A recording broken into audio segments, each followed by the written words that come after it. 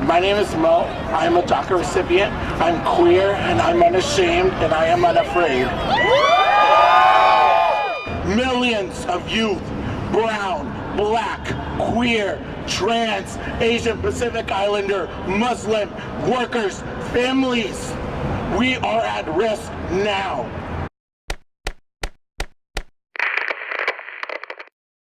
I am a second year in college studying comparative race and ethnic studies and gender studies.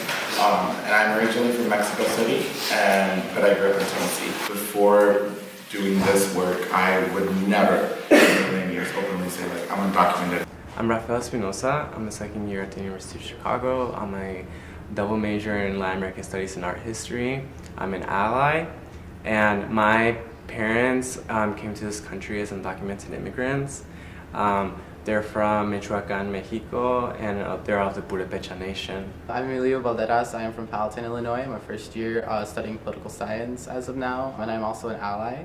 In general, in this work, fighting for undocumented immigrant youth, I think it's very important to stress the urgency of it. Right now, we're in an actual humanitarian crisis. The Trump administration decided to rescind the only protection for approximately 800 to 900,000 undocumented immigrant youth. What I want Maroon readers to know about DACA is that there are DACA recipients on campus.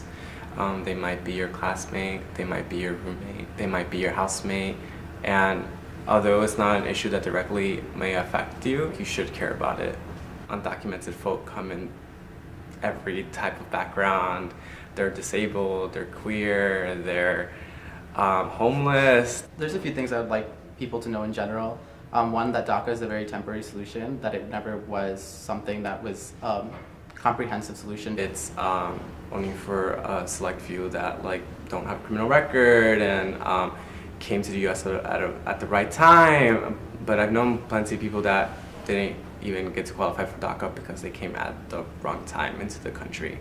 So I definitely think the university needs to very much increase the number of undocumented students that they admit, and to allow undocumented students to participate in conversations of decisions made about our community. While the administration has put forth statements and different plans of attack, they honestly haven't included undocumented students sometimes in these conversations.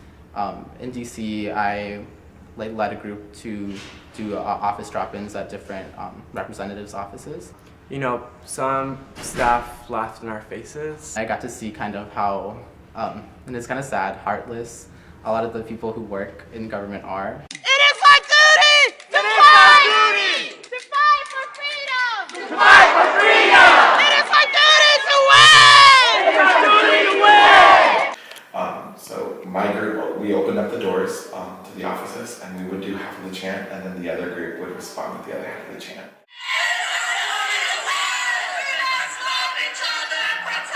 Oh my, it was across the room. They're over there. I thought you were across the hallway from each other. They're over there.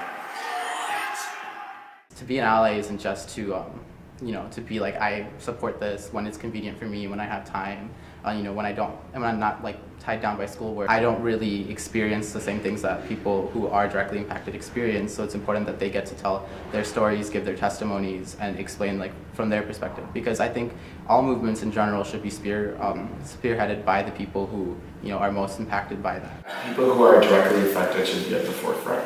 All this organizing should come from people who have a stake in this. What a DACA ally looks like to me is someone who is willing to put their body on the line, someone who's willing to amplify the voices of these people. I also did civil disobedience, so I was arrested in one of our actions in the Senate office building in Rotunda.